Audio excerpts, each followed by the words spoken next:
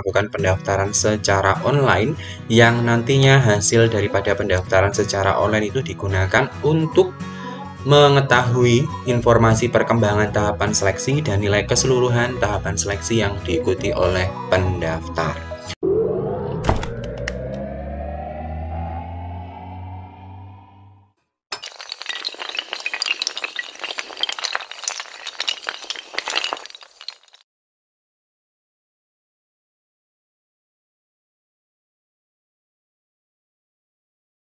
Halo semuanya, Assalamualaikum warahmatullahi wabarakatuh. Kembali lagi di channelnya tentang pendidikan, tutorial, dan data PD Official. Kali ini PD Official akan membahas mengenai beberapa tahapan seleksi yang perlu teman-teman lewati ketika mendaftar sebagai taruna maupun taruni Akpol tahun 2022. Namun sebelum saya menjelaskan apa saja penilaiannya dan seleksinya seperti apa, bantu untuk mengembangkan video official dengan cara subscribe, like, komen, dan share. Teman-teman semuanya, sebelum teman-teman mengikuti tahapan seleksi, maka teman-teman yang perlu dilakukan pertama ialah melakukan pendaftaran secara online pada laman websitenya penerimaan.polri.go.id. Pada laman ini nanti teman-teman melakukan pendaftaran secara online dengan melakukan pengisian data identitas dengan lengkap sesuai dengan data yang teman-teman miliki, yang pasti akurat.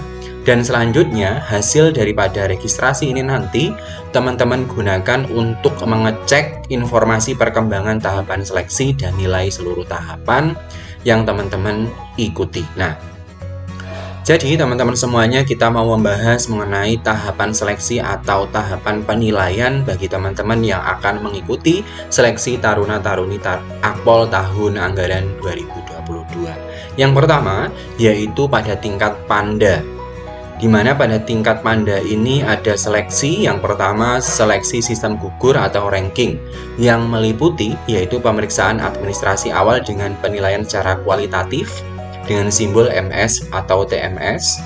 Yang kedua, pemeriksaan ini maksudnya MS itu memenuhi syarat, TMS itu tidak memenuhi syarat. Terus yang kedua, pemeriksaan kesehatan tahap 1 dengan penilaian secara kualitatif. Indikatornya juga ada 2, memenuhi syarat dan tidak memenuhi syarat. Yang ketiga, tes psikologi tahap 1 menggunakan sistem komputer assisted test atau CAT dengan penilaian secara kuantitatif dan kualitatif.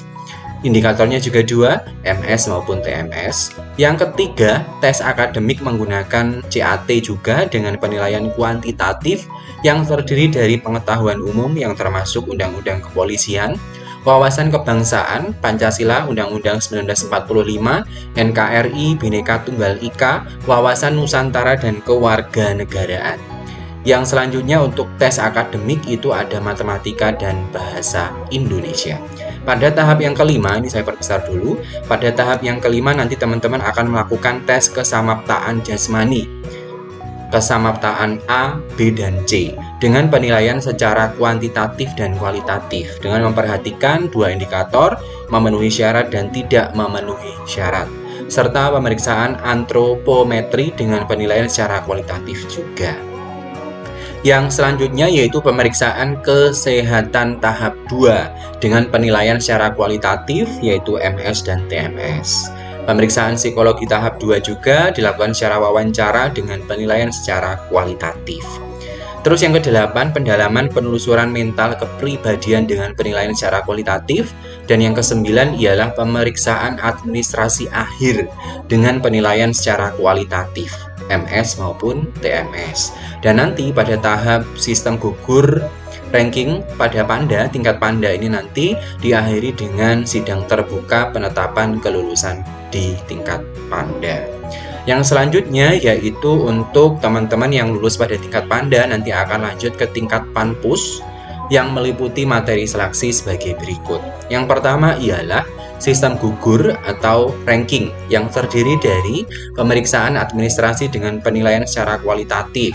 Indikatornya sama, pemeriksaan kesehatan dengan penilaian secara kualitatif, tes psikologi wawancara dengan penilaian secara kualitatif, pendalaman PMK dengan penilaian secara kualitatif, Tes akademik meliputi TPA dan bahasa Inggris menggunakan sistem CAT dengan penilaian kuantitatif.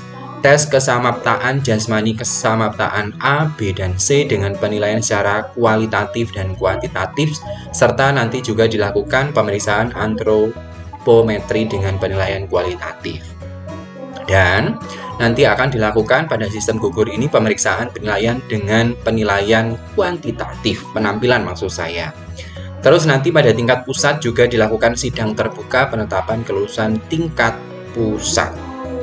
Yang selanjutnya, untuk yang ketiga ialah penilaian tes psikologi berdasarkan Peraturan Asisten Kapolri Bidang SDM Nomor 3 Tahun 2017 tentang pelaksanaan tes psikologi calon anggota Kepolisian Negara Republik Indonesia. Dengan kategori memenuhi syarat apabila, nah teman-teman, jika ingin memenuhi syarat atau MS, yaitu perhatikan keputusan nomor 3 tahun 2017. Ya, di sini. Terus yang selanjutnya untuk penilaian jasmani berdasarkan keputusan Kapolri, ya.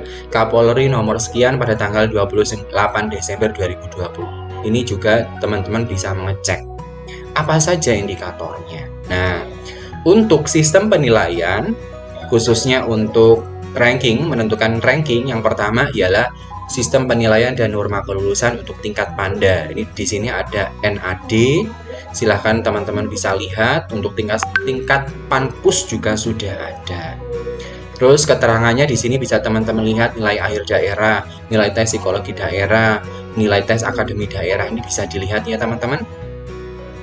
Intinya ialah sistem gugur ya. Ketika nilai teman-teman lebih rendah daripada peserta lain, maka teman-teman tidak lolos, seperti itu. Terus untuk kelulusan akhir tingkat Panda, ini dijelaskan bahwasanya apabila terdapat jumlah nilai akhir yang sama, yang tadi ya teman-teman, ketika sudah sidang, sebelum sidang, itu ditentukan dinilai, ternyata ada nilai yang sama nih, pada tingkat Panda maupun Panpus. Maka ranking ditentukan berdasarkan nilai tertinggi dari masing-masing yang ditampilkan pada layar. Dari mulai tes akademik daerah, psikologi daerah, kesamaptaan jasmani, ujian nasional, terus tes akademik pusat untuk Panpus, psikologi daerah, kesamaptaan jasmani pusat, dan ujian nasional. Di mana penilaian akhir ini menggunakan puluhan dan memperhitungkan 2 digit di belakang koma, serta tidak ada pembulatan. Misalkan seperti ini. Nilai akhir Adi Wahyu itu 80,68. Sedangkan nilai akhir dari Pras itu 80,69. Berarti yang dinyatakan lolos yang lebih tinggi nilainya ialah miliknya Pras, karena 2 digit di belakang koma itu dipertimbangkan, diperhitungkan. Jadi seperti itu, walaupun nilai puluhan di depannya sama, tetapi belakang komanya itu juga diperhitungkan. Jadi seperti itu ya teman-teman untuk macam seleksi yang perlu teman-teman ikuti ketika melakukan pendaftaran calon taruna-taruni Akpol TA 2022. Mudah-mudahan penjelasan saya dapat dipahami oleh teman-teman semuanya. Sebelum saya tutup, saya ingatkan jangan lupa tinggalkan komentar pada video ini, subscribe, like, komen, dan share media official channelnya tentang pendidikan, tutorial, dan data. Salam data, salam literasi, saya tutup. Wassalamualaikum warahmatullahi wabarakatuh.